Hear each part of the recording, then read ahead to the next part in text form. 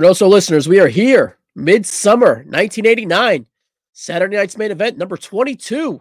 Worcester, Massachusetts. Middle of the card for Greg the Hammer Valentine versus Jimmy Snuka in a non-consequential match, so to speak, but a fun match where Ronnie Garvin is your special guest referee. Rugged Ronnie Garvin has been a referee dating back to April of 1989, losing a retirement match to Greg the Hammer Valentine on a Superstar episode. Our very own Kelly Nelson had a great rundown of that. So check that out on a past ChroNoSo episode, if you will, as we are simulcast here on YouTube. He's mostly done non-consequential matches, but he's done a few high-profile matches. And in those high-profile matches, he has gotten into scuffles, one being with Dino Bravo and the second being with the Brooklyn Brawler, where he is not necessarily a crooked referee. He's more of a straight and narrow referee, not letting the heels fuck around and keeping them in line. But here on Saturday Night Main Event, as Hulk Hogan is doing his must pose, brother. Shout out to Mike Rossi for narrating that match. Ronnie Garvin stumbles into the ring and Hulk puts him over. So I kind of like that touch where Hulk is like, all right, well, this guy's a star and we're going to transition on out. So pretty much Hulk's putting over Garvin as a referee here. As Hulk finishes up his posing, they recap the video package of Garvin taking out Brawler and Bravo, and Jack Tunney giving him a stern warning that he is no longer able to put his hand on Superstars, and he is an official. He must be coherent to those officials' rules, and Garvin better stay on his best behavior. As that video package ends, no music for Hammer as he's jaw-jacking Garvin entering the ring, warning him that he better stay intact and be true as an official. Snuka's iconic music hit as he is prancing his way to ring, so to speak. But when he gets in the ring, he is Pearl Harbored. Shout out Gorilla Monsoon 1995 by Greg the Hammer Valentine. And Jesse and Vince are concerned that this is going to be a lot for Rugged Ronnie Garvin to handle as Hammer is on the attack as the bell rings to start this bout. Valentine is solo with no Jimmy Hart as Jimmy Hart was taken out by Hulk in the previous match.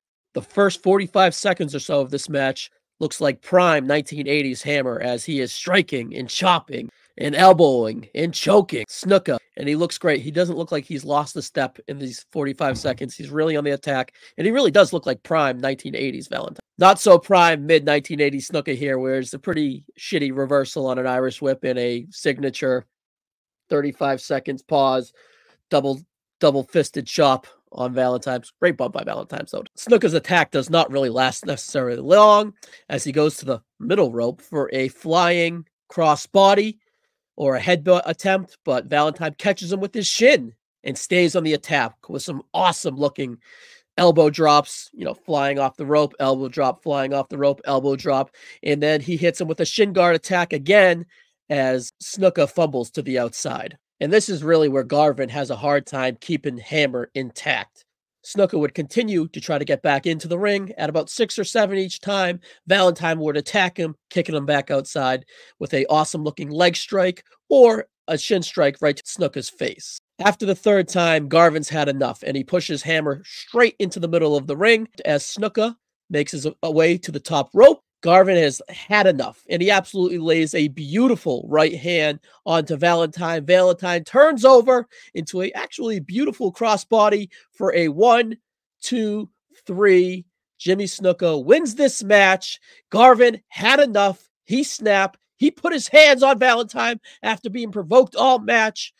Valentine really shines here. He's moving pretty well late in 1989 here. Snuka, not so much, but they set this match up really strong for all three guys to shine. But of course, the story of the match is where Garvin is the ref, and he's pushed over the edge, and he's had enough. And they preludes of him putting his hands on people, and he's warned not to, but he couldn't handle it anymore. Valentine, the man that retired him, has pushed him over the edge, and he lays a strike straight on his hand. That's it, boys. That's it, girls.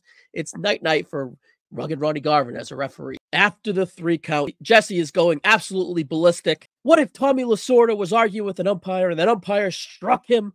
That is uncalled for. What is Rugged Ronnie Garvin doing? That is absolute bullshit. Valentine gets up, going to attack Garvin. Garvin right near the ropes, give him a back body drops over the ropes. Valentine spills to the floor, gets up. He is furious. And actually, this is an iconic moment. And you remember that meme where gym teachers don't necessarily look like they used to back in our day? That meme right here? That meme is from this night as Garvin is celebrating in ring and Superfly is doing his hip gyrations to his music or whatever. And Garvin is putting him over and staring a dagger through Greg the Hammer Valentine as Valentine is very angrily walking to the back again with this puss on his face. Overall, for 3 minutes and 14 seconds, this is good enough fun for Saturday night's main event. It continues the story, and I'm going to give it 2 stars. I think it is okay as a total presentation. It is pretty fun at times, but the match is not so much. But the presentation is strong. I would say is very okay and worth going out of your way to watch. So that's it for now, guys. Let's continue on with Saturday night's main event. YouTube listeners, go and check out the rest of this ChroNoSo, as all 18 contributors or so who contribute do a great job of adding to this show. So this is just one segment of it, and ChroNoSo is going to continue on, and catch you on the next one, guys.